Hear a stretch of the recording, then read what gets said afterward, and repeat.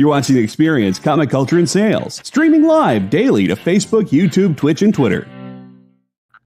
Hello, everybody. Today on Crocheting with Dan, I'm going to show you an extended single crochet. And it's very similar to a regular single crochet, except when you loop through, you're going to loop through only one of the stitches. You're going to circle back around, grab your yarn again, and then go through the next two loops. Now let me show you. I've got this scarf that I've already started. What do you mean you guys want to talk about Star Wars Andor and pop culture stuff? You don't want to learn how to crochet? No? All right. If that's what you want, I guess we'll just do the Dan Wickline Show then.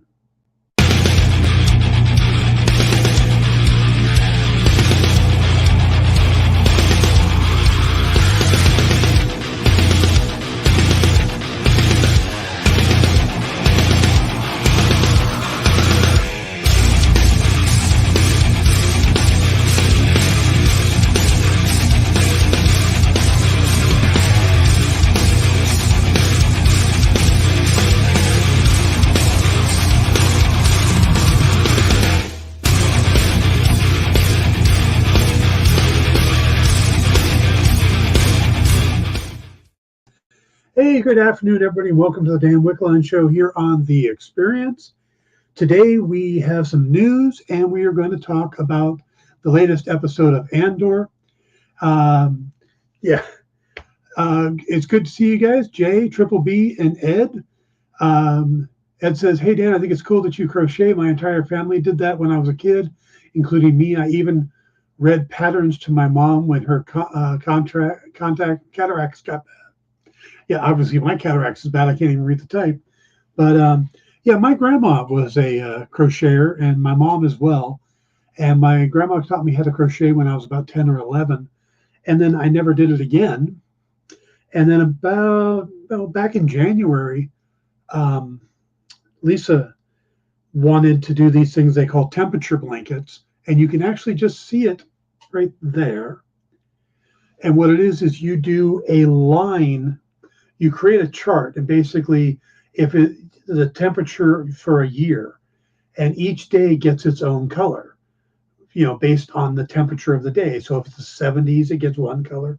If it's in the 80s, it gets another, and you do an entire year. Well, that makes an insanely long blanket, by the way, because it's basically 365 rows of single crochet. But I did that, and she got me in to do that with her. And by the way, I finished my blanket. She hasn't finished hers yet. But I started doing that, and then I started kind of, doing other things. I made a couple kids' blankets for, I had some nephews born. So I did two of those. I made a lapgan for my ex-wife. I'm working on a queen-size blanket for my mom. And I've done a couple scarves, stuff like that. It's very relaxing. It's very zen because, you want to listen to a book or watch TV. You just sit there and just do it at the same time. It's something to do with your hands. And I'm the type that I have a hard time focusing on one thing. I need to have two things going. Like I need something for my hands to be able to listen, or if I'm editing photos or I'm doing graphic work and stuff, I need a TV show on, or I need music playing. So this has been, it helps me to be able to take the time to watch shows and stuff. It says we used to crochet around Christmas ornaments to hang on the tree. There you go. So by the way, if you guys want to do a crocheting show, I would absolutely do it. I'd probably have to do it on my own YouTube channel. But if I had enough people that wanted to do a crocheting show, I would absolutely do it. So, all right, let's go ahead and put the crocheting aside. And let's talk about some of the latest news. We have some big news coming out. One of the things that was announced today is, oh, cool. Okay, Ed, I will keep that in mind. We will, like I said, I'll keep track. If we get a couple people who want to do it, I will. I'll absolutely do a show. So, All right. So one of the things that came out is we've been wondering what Sony was going to do TV wise for their Spider-Man universe. You know, they've got Venom and Craven and Morbius and all of these characters that they have on the Spider-Man side, but we hadn't really heard what they were going to do for TV. You know, were they going to make a deal with Disney? Were they going to go to HBO Max? Well, it turns out they've actually made a deal to do small screen stuff with MGM Plus, which used to be known as Epix, but basically it's MGM Plus, which got recently bought out by Amazon. So basically, they have a deal with MGM Plus and Amazon Prime. Now they've ordered a suite of live action series from Sony Picture Television. Now the first one they're going to get is a spin-off of Spider-Man called Silk Spider Society. Now this has been in works for a long time. It just didn't have a home, and it's got its showrunner already, and that's going to be Angela Kang, who is coming off of The Walking Dead, and she's also involved with the Untitled Daryl spinoff series. Also, executive producer Tom Spazzali from Watchmen is involved in the overall deal with the Amazon. But this is, this pact includes over 900 Marvel characters that Sony controls.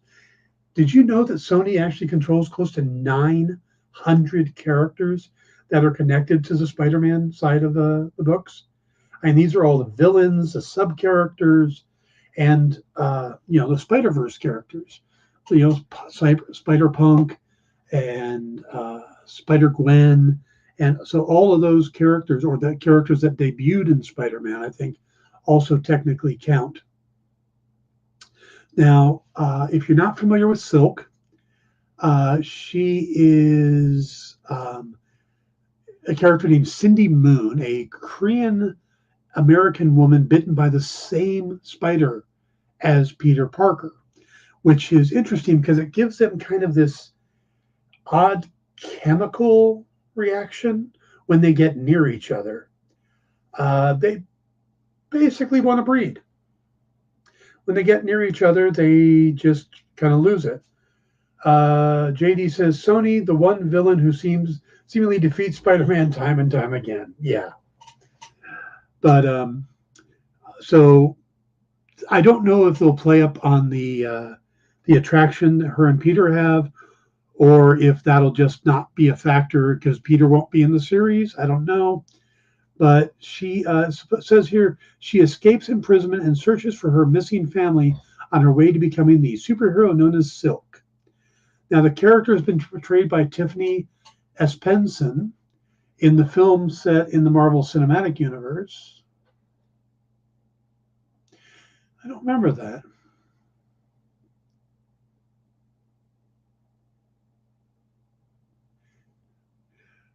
Going to give the Peter tingle a new meaning. Yeah, pretty much. But this is the character that was created by Dan Slott and Humberto Ramos.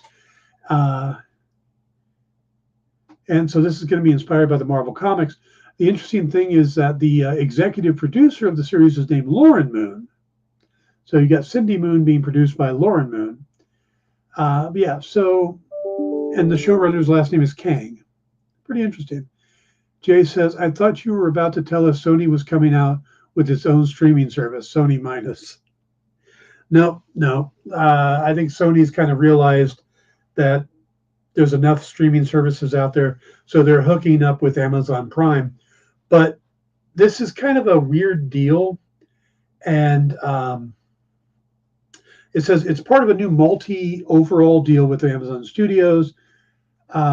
So basically, because of the deal they have to go to a streaming service, and then it can be aired on Amazon Prime. So let's see, I had it here. The deal is a culmination of complex web rights that meant that the series will have to debut first on a linear network, in this case MGM Plus, which is the old Epix thing, which is set to be relaunched with the new name in January. MGM Plus will have the first window in the US, and the series will then air on Amazon Prime streaming services in the States. Internationally, the series will also air on Amazon Streamer in 240 countries. So to make this work, it has to start on an actual linear network, which is why they made this deal. So they couldn't go, I don't know if it's with Disney, if who these rights are with, but they couldn't just go straight to like HBO Max. They had to appear on an actual network first and then carry over. I wonder if that's why Pennyworth moved to HBO Max. Pennyworth moved to HBO Max because I think they're trying to kind of conglomerate because Epix is changing and is now owned by Amazon, and yeah, there's a good chance.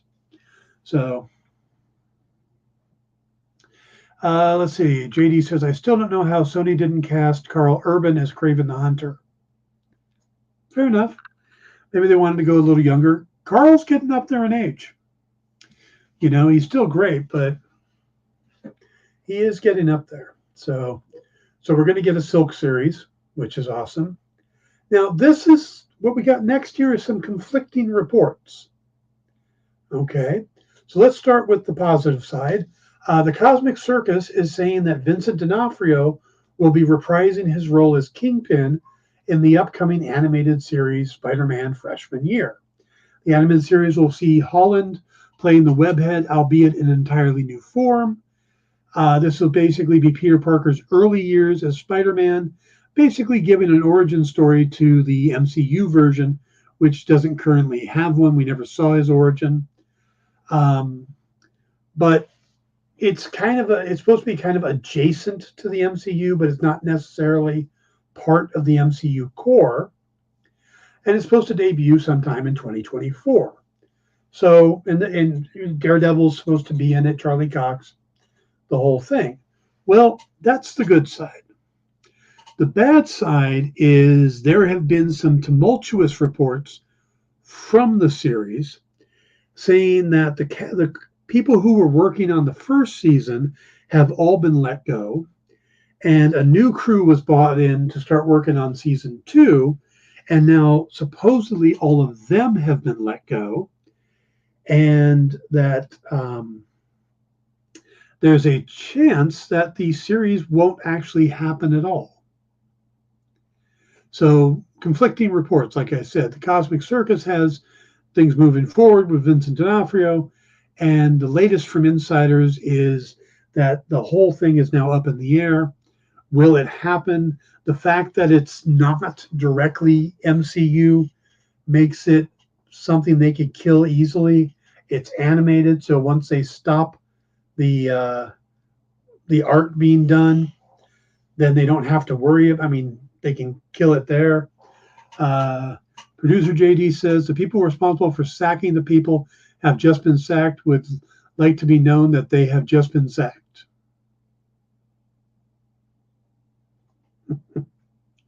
It's something like that.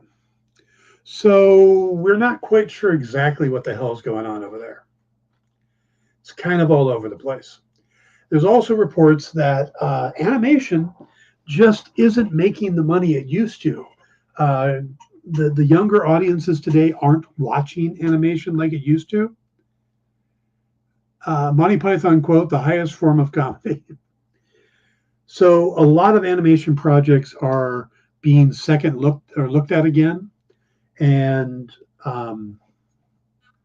right now, Marvel and Star Wars are both doing animated series, but we got Stranger Things, or not Stranger Things, What If Season 2 in the works. We've got Bad Batch Season 2. But if there really isn't that much money to be made from them, and the numbers are much lower than if you do a live action version, there could be some question about whether it's worth continuing with those things. So let's see. But staying with the animation topic, we have another bit of news. Netflix has officially announced Gamera Rebirth, the first film to star the classic Japanese monster since 2006.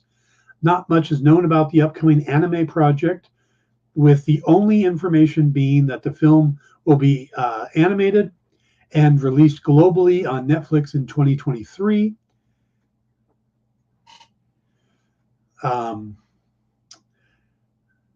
The giant, of course, Gamera first appeared in the 1965 Gamera the Giant Monster. The giant fire-breathing prehistoric turtle monster was mutated by exposure to nuclear weapons, like you do, and was created by DI Films to compete with Toho's successful Godzilla franchise.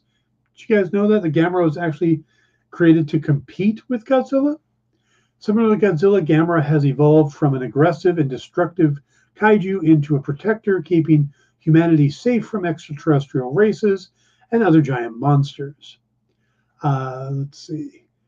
The streamer has previously released 3 computer-animated Godzilla films, beginning with Godzilla Planet of the Monsters. Netflix will also exclusively stream Home of Skull Island, an upcoming animated-style series that will follow shipwrecked characters as they try to escape the titular monster-filled island. Skull Island will be set in Legendary Pictures' Monsterverse, a multimedia franchise existing in a shared universe that feature Godzilla, King Kong, and other Toho monster characters. I guess I'm out of the loop. I always thought Gamera and Godzilla were in the same universe.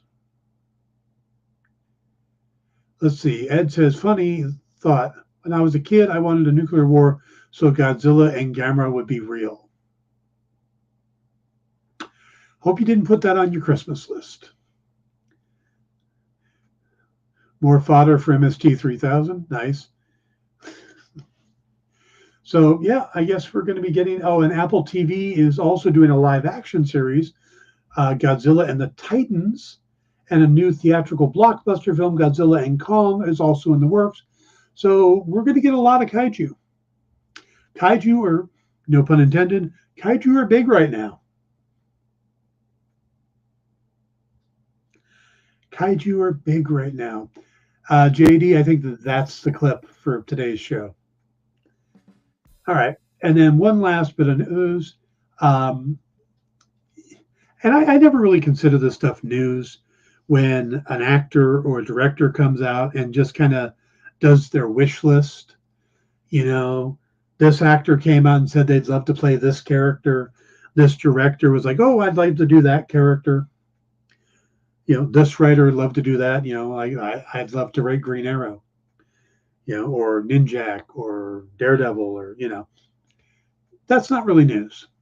But with Quentin Tarantino having said he's only going to do one more movie, and him actually coming out saying that he isn't really interested in doing like a superhero movie, a big Marvel or DC film, he did say there was one Marvel character or property that would pique his interest, that he would be tempted to do. And having seen his previous films, it kind of makes sense. He'd be interested in Sergeant Fury and the Howling Commandos.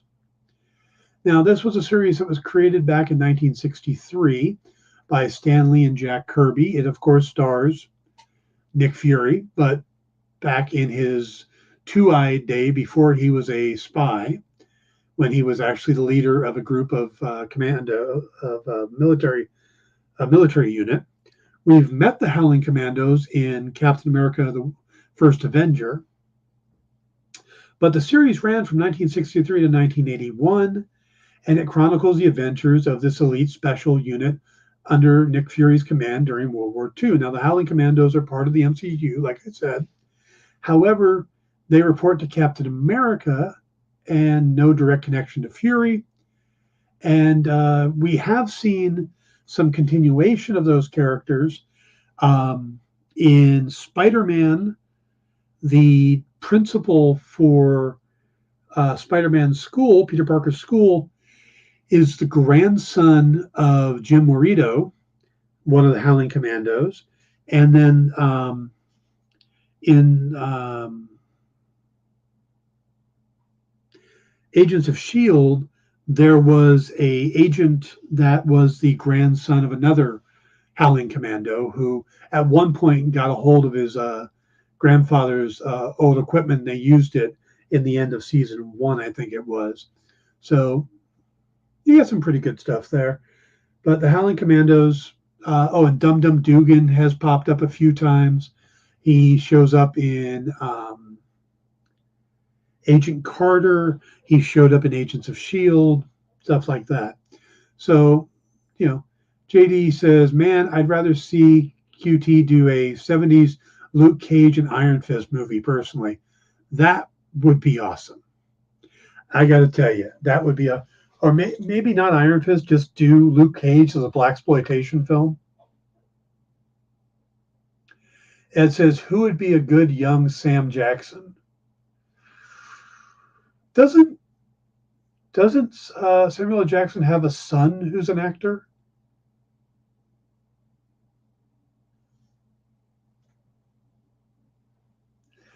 I don't know. I'd have to think about that one. Let me get back to you on that. So, okay. Anyway, that's a good breaking point. We're going to take our first break, and I'm going to remember to take a break today. You just made me remember Trip, and now I'm sad. Trip was the grandson on Agents of S.H.I.E.L.D. Yes, Trip. Trip was a great character. I liked him a lot. So, all right, guys, let's take a quick break. We'll be right back.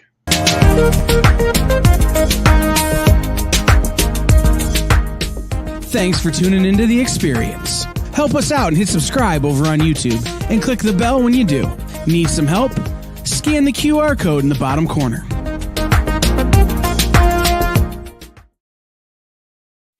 Comic Collectibles is a pretty straightforward show. You got Rex here, he sells the comics, and you got Rockin' Robbie, he knows about the comics. And finally, John, well, no one really knows what John does. I mean, don't get me wrong, he's a great guy, but he just keeps showing up. Come to think of it, I don't even really know how he gets in here. Anyway, awesome comics, rare books, rarer signatures, slabbed books, and amazing cover sketches by Ken Hazer and others.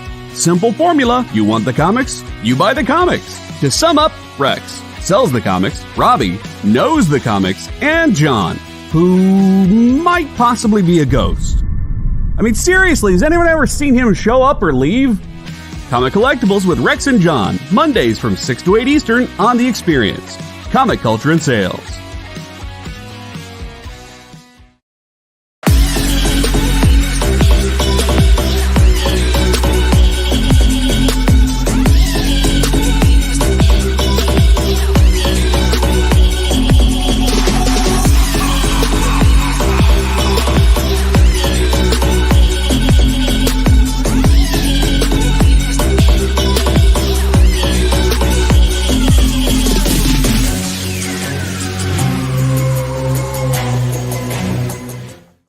Would win, Batman or Superman?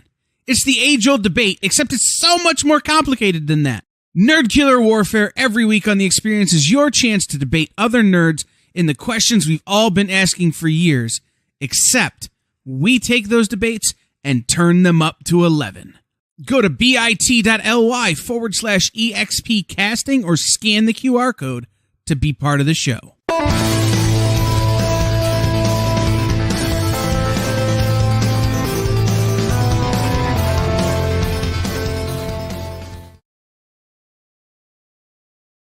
My name is Luciano Vecchio. I am an artist. I work at Marvel Comics, DC Comics, and also my creator own work. And I'm having a great time here at Comic Con.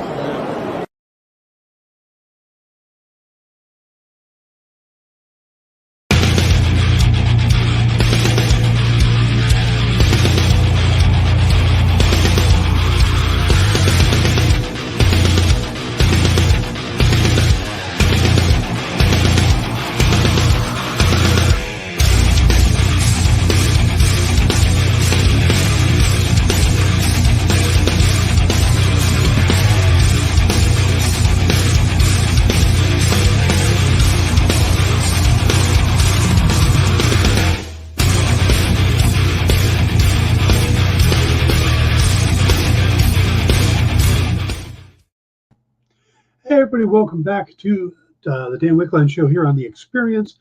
I want to make sure you guys are aware that Monday is going to be a very special day on The Experience, that during Talking Shop, Miss Jed is going to have a few guests.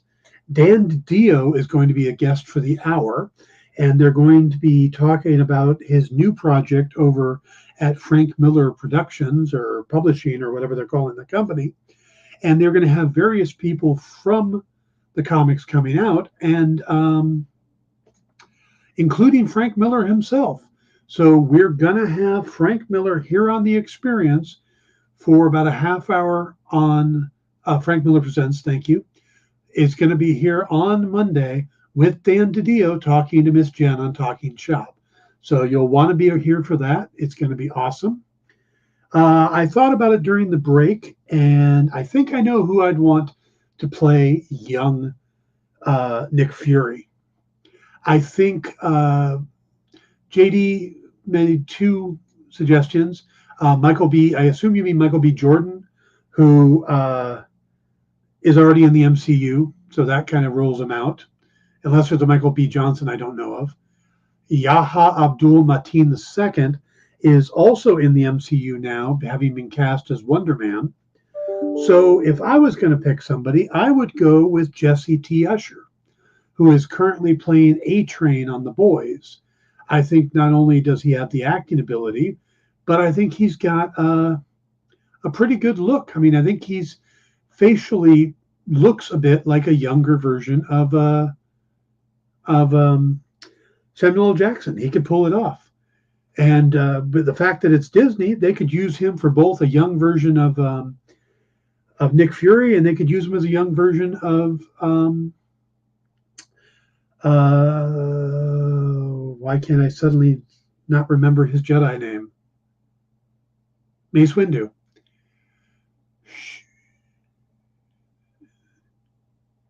Shakaya, to answer Edward's question. What was the name of the cosplayer again that looks like Scarlett Johansson? Okay.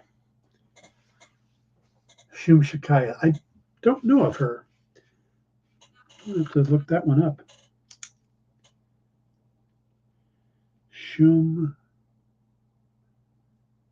Skaya. Okay. But yeah, I think Jesse T. Usher would be a good choice for that. And really, you know, like I said, he's been really good on The Boys. So I could see him making the jump, and you know, and I think he's young enough that it would work out. The one that in your opening with the white lacy top, that is Kara Nicole, goes by AZ Power Girl. Yeah, known her for a long time. She's even on even on one of the magic cards. So she's a cool person. Check her out. Let's see. I think here's a image from her from a calendar that she did. Other characters of hers. Just happened to have that there because I never put it up. All right. Let's see. We're going to talk Andor now. And I've noticed that Andor isn't really getting the... Well, let's first talk about the episode. The episode itself, we're in the... this was the penultimate episode. And it was a very emotional episode. There's... we don't have to do the big roll, but you want to put the spoiler thing up here just in case? Yay. It's almost like magic. But the episode was very emotional because Cassian's mother, as we expected, has passed away. And everybody is reacting to that because in the Ferrex society, death is something to be honored. And how they do it is they basically make, I don't know if they cremate the body, but they make the body part of a brick. And then they put the brick into a wall. So you basically become part of the city. You become part of the establishment.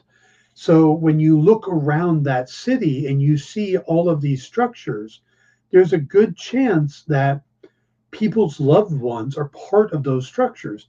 So like when the empire comes in and takes over a hotel, yeah, they mix the ashes into the clay, then fire it, yeah. So when the empire comes in and takes over that hotel, that's an offense to all the people whose loved ones are basically part of the bricks that make that building. And by the way, just aside, I love that idea. I absolutely love that idea, to take the ash, to put it into the brick and the clay and fire it, and then build something. Could you imagine doing that with all of those loved ones you have lost? To build something, to know that they are part of this structure. I just find that to be an amazing tribute idea. And I don't know if that's Tony Gilroy's idea, which writer came up with that, but I love that idea. I've never heard of it before. If there's a culture out there that does it, love it. I think that is a beautiful way to tribute, because, just you build one wall of your house with a tribute to those who came before you. I think that's just amazing. I could see doing that myself with, the ashes of my loved ones and stuff. So I really like that. But a funeral in there is very important. And everybody is starting to assume that if he finds out, Cassian will come back for that funeral. So the Empire, or the ISB, led by Dedra, she's going to think that that's the way to go, that that's how you find Cassian. Cyril Karn gets a call from one of his old soldiers, or one of his old officers, and he finds out about it, and he pulls money out of his secret box in the vault so he could go to Ferrix. The Cinta and Vel have found out about this, so they think Cassian's going to be there, so they're going there. Luthien thinks that's a great way to get a chance to bring Cassian in, because he still thinks that Cassian is worth making part of the Empire. So you've got all of these players who are looking at this funeral as the possibility. I believe he stole the money from his mother. The safe was full of her jewels. I thought so too, but then I remembered that in a previous episode, he talked about having a private box that his mother had tried to get into. So it seems like that might be the family safe, and that might be his box. So it could be either one, but I remember there was a whole thing about him having this private box. And since we've never gone back to it, I think that would make sense, because it's kind of like Chekhov's gun. You don't mention the private box without eventually going for it. And we are one episode away from the end. Hey, Kenneth, good to see you. So yeah, it could be stolen from the mother, but I have a feeling it's coming from his private box that he had. So JD could be right, or I could be right on this one. So yeah, we're all building towards that. And meanwhile, Cassian is just trying to get off of the prison planet. He gets captured by a couple of alien fishermen who hate the Empire so much that once they find out that he and Melfi are actually escapees from the Empire, they're like, "Yeah, we'll take you, no problem," even though they caught him in nets and stuff. But that's how he gets off the planet. And he goes back, and lo and behold, the case that he had hidden on the other planet with his money and his blasters and the manifesto from one of the rebels that he had been given, all of that's still there, which I think is pretty amazing. I mean, he hit it pretty well, but I'm surprised it's still there because, but he was able to get back and get his money.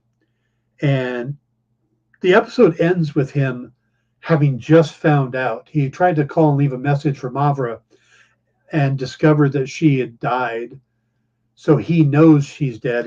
So he had to know that there's a funeral. So it looks like the finale is going to all take place on Ferrix and is going to bring all these people together.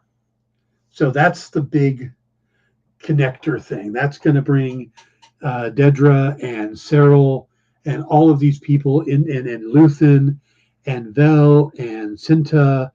And will it bring Bix? Maybe.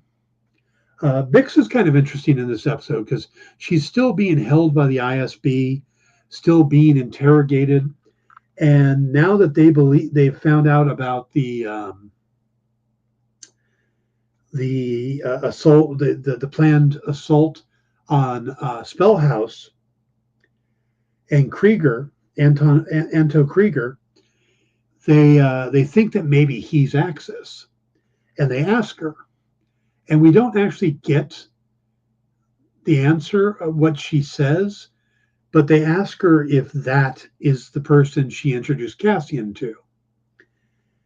And it looks like she's saying yes, or she's going to give up Krieger as the contact. But then it really comes down to, we don't see for sure. And what's she trying to do? Does she realize that the odds of her ever getting out alive is 0? Does she know that she is pretty much dead unless somebody comes and rescues her? Because if she gives them Krieger and they believe her, then they have no use for her anymore. And if she doesn't give them Krieger, or they don't believe it when she does, then they're still going to keep her around trying to find this character they believe is what they call the person they're calling Axis. So giving up Krieger would, in a way, and if they believe her, gets Luthen off the hook. But it doesn't do anything for Bix. So is she there as a true member of the rebellion and would take the hit to keep the rebellion going? Or does she want to save herself and prolong it? Or is she just telling the truth?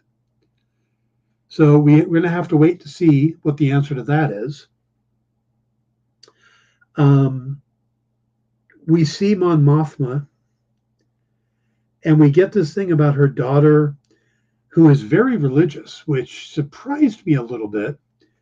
But we did get set up for that last episode when Mon Mothma met with Davos, and they were talking about the arranged marriages and how that was part of the culture and the religion.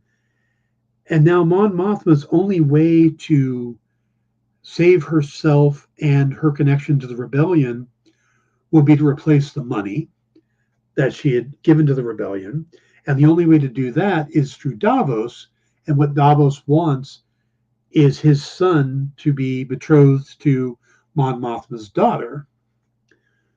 Well, it looks like Mon Mothma's daughter is okay with that, is okay with arranged marriages because it's part of the religion and the culture. So that looks like what they're setting up there.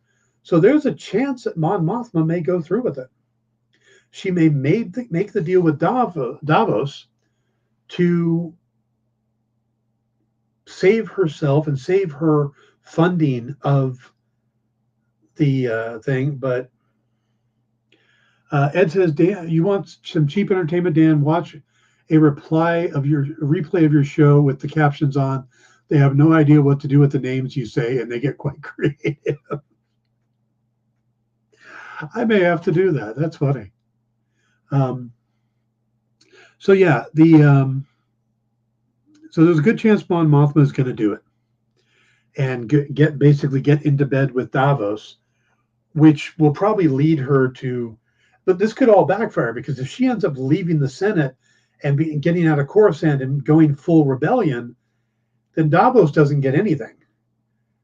because now his son is married to a member of the rebellion, so that could really mess with him too. So he may be careful what he wishes. He needs to be careful what he wishes for. But I think one of the most amazing scenes in this has to be, there's this scene with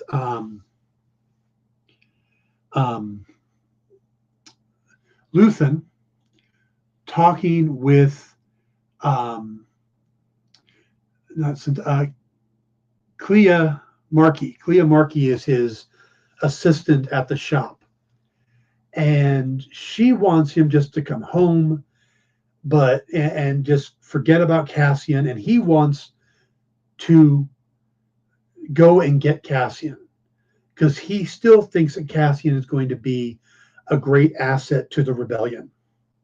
Now, Cassian's already gone to meet with Saw Gerrera, and Saw had changed his mind, decided that he wants to go on the raid on Spellhouse with Krieger.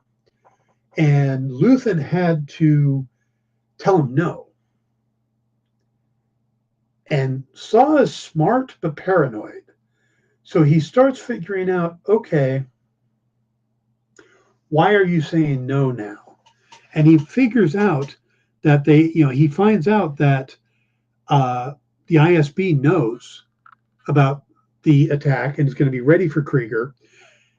And he realizes that Luthen is willing to sell out Krieger and his 30 men. And they keep bringing that up, 30 men plus Krieger, so that he can keep his one man planted in the ISB, his one spy. And Saw immediately starts going, you have spies everywhere, don't you? You have a spy in Krieger's group. You have a spy in my group. And he's like, who is it? And Luthen ends up giving him a guy who's obviously not his spy. He's like Saw's right-hand man. When Saw dies, he's the one that takes over the group anyway. So, but there's some interesting things in that scene. There's this walking stick that Luthen has. And I've seen some people asking if maybe that walking stick is actually a lightsaber,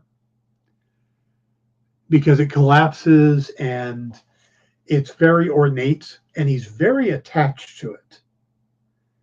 So I thought, but the more I'm seeing stuff, makes me start wondering, could Luthen be a Jedi? Like a Jedi that survived Order 66? Could he have been at the temple? Could he have been a Jedi in training? Something like that. It's possible. And then you add in the fact that he had a Kyber crystal that he gave to Cassian as down payment for his participation in the Aldhani heist, with the idea that he would get it back. And then we see this moment where Luthen is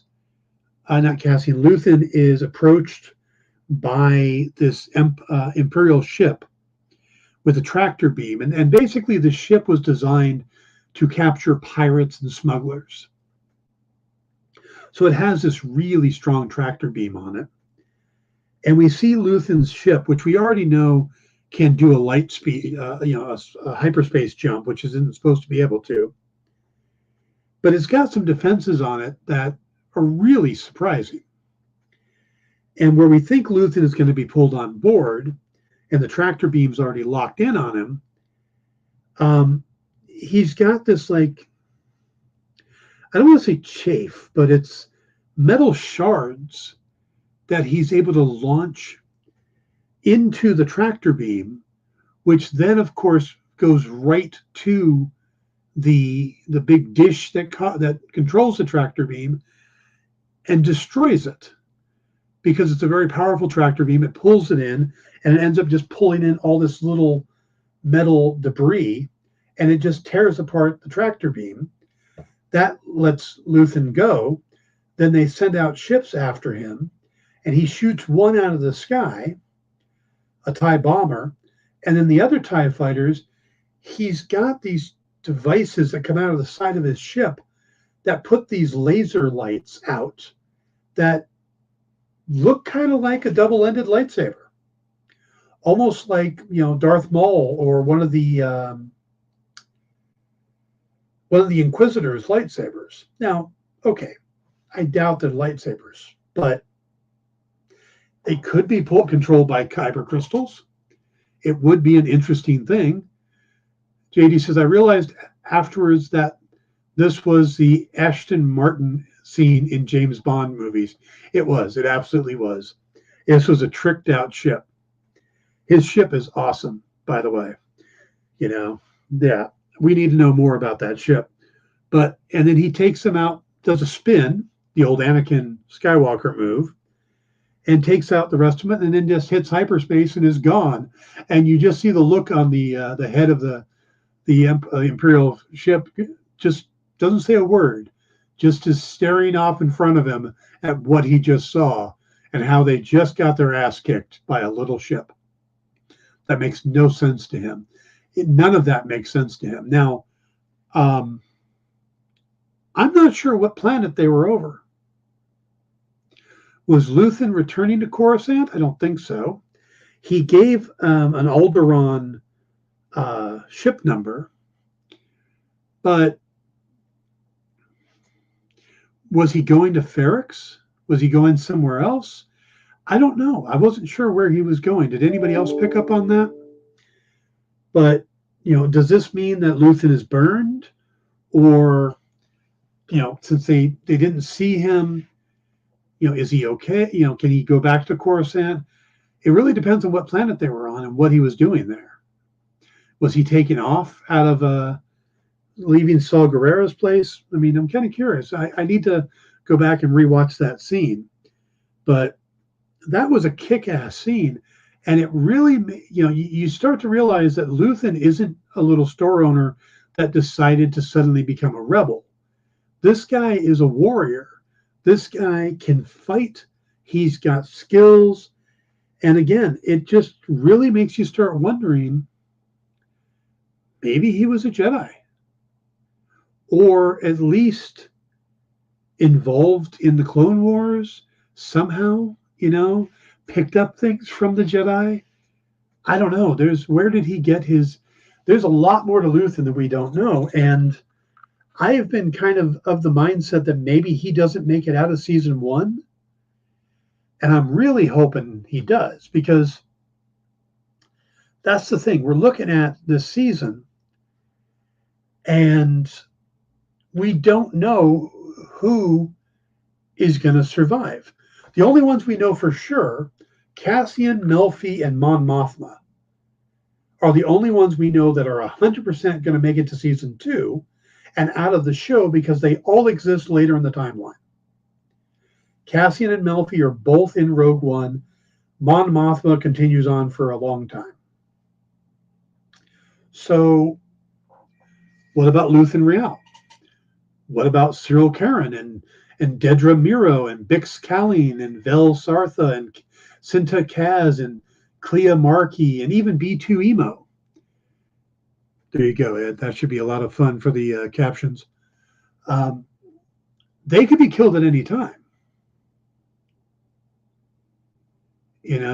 Maybe he's using the Tesseract. All right. So, yeah, I do like how you're crossing franchise there. But he did have access to the Tesseract, so it does make sense. Yeah, so we don't know which characters are going to make it through the series or even the season. So is Luthen going to be around for season 2? I hope so, because I think he's the best character in the show. But I also think it's an amazing show. I don't know. And I still wonder about, remember in episode 1 where everything was about finding out who Cassian's sister was? I still wonder if Cinta is Cassian's sister. But we've never gotten back to that, It says, I love him as an actor. Stellan Skarsgård is a great actor. But I love the fact that where in Marvel he plays a genius, in Disney or in Star Wars, he's playing a badass. So I also wonder, are we going to get to see the attack on the power station at Spell House? Are we going to meet Anto Krieger and his 30 men? I mean, they're playing emotional for us here. I mean, they were getting heart wrenches out of us because a droid was sad that he lost his owner. And he didn't want to be alone. And he didn't understand. He just wanted her back. And I mean, how do they get so much emotion out of a frickin' droid? This is a really good show. And I wonder if is that what? I don't get why people aren't watching this. It's not getting the numbers of Book of Boba Fett or of Obi-Wan Kenobi. And while I enjoyed those series, they're not on this par. They're not on this level. This is some of the best writing we've ever seen in Star Wars.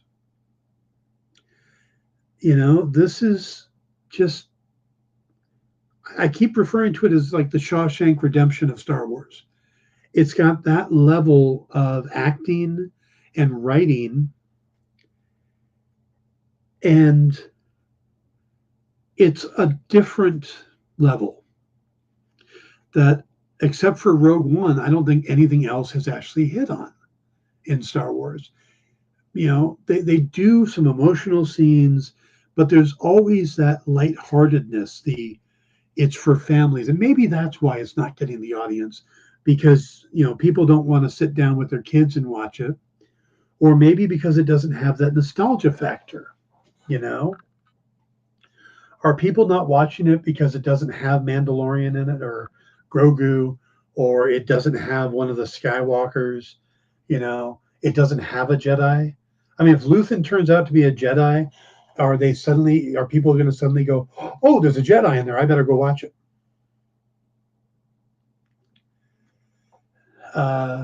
Ed says, look at R2-D2. Even way back in the 80s, he spewed emotions without saying a word. That's exactly why I love Rogue One so much.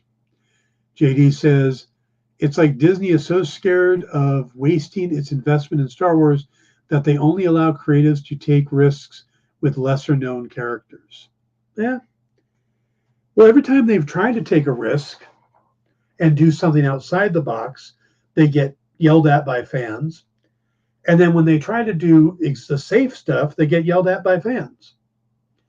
They took Mandalorian and went this strange direction, but we had the Baby Yoda Grogu thing in there.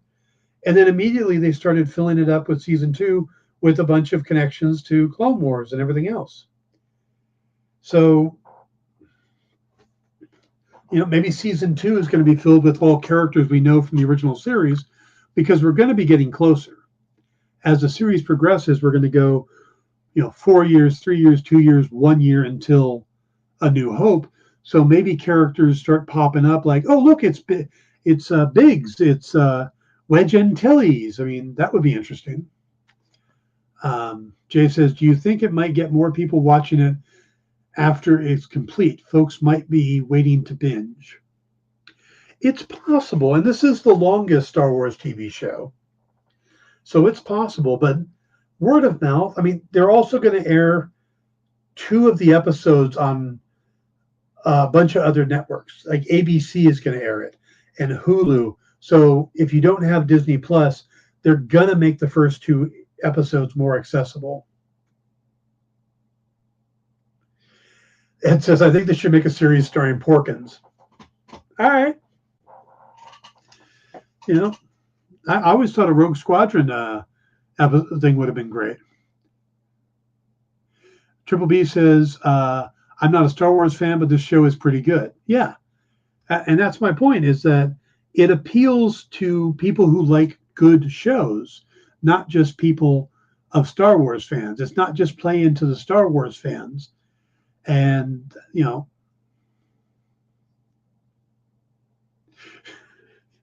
JD says, waiting to binge, starring Angela Bassett, coming this fall. So yeah, I don't get it. Maybe they're waiting for the holidays. Maybe they're going to binge it on Thanksgiving or the day after Thanksgiving when they're home. You know, just 12 episodes, just run right through them. And I wouldn't do that. This is an emotional roller coaster of a series with a lot of real intense moments. I wouldn't want to binge this one. I like this in the week by week, but I've become more of a fan of the week by week release than I am of the binge watching.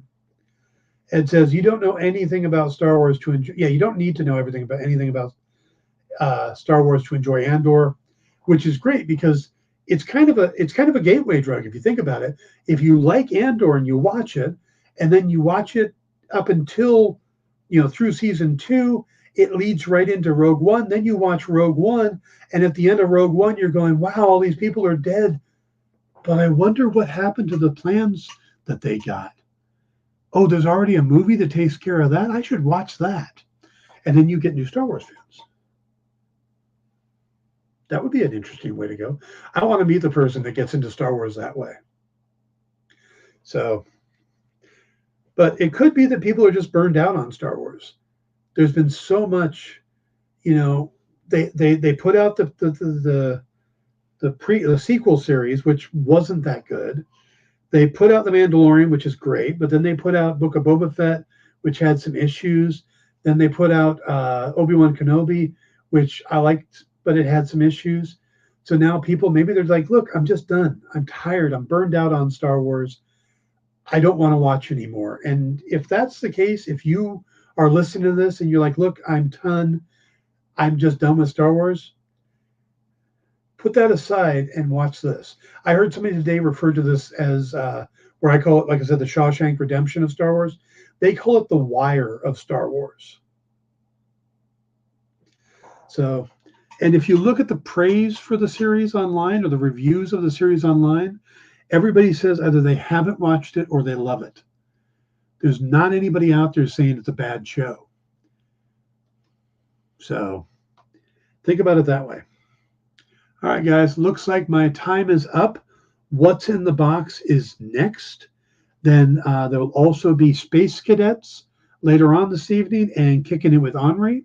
Remember, Monday will be the Frank Miller, Dan DiDio on In Stores This Week. And I will be back next week talking about the season finale and whatever else I come up with. We will not be doing shows on Thanksgiving. So we'll talk about the Andor finale on Wednesday. So watch it before the show on Wednesday, okay? So just 2. So thank you, Ed. You too. Everybody have a great weekend, and we'll see you next week. Good night, everybody. Join the party. Head over to our Linktree to find all the links for everywhere the experience is all the time.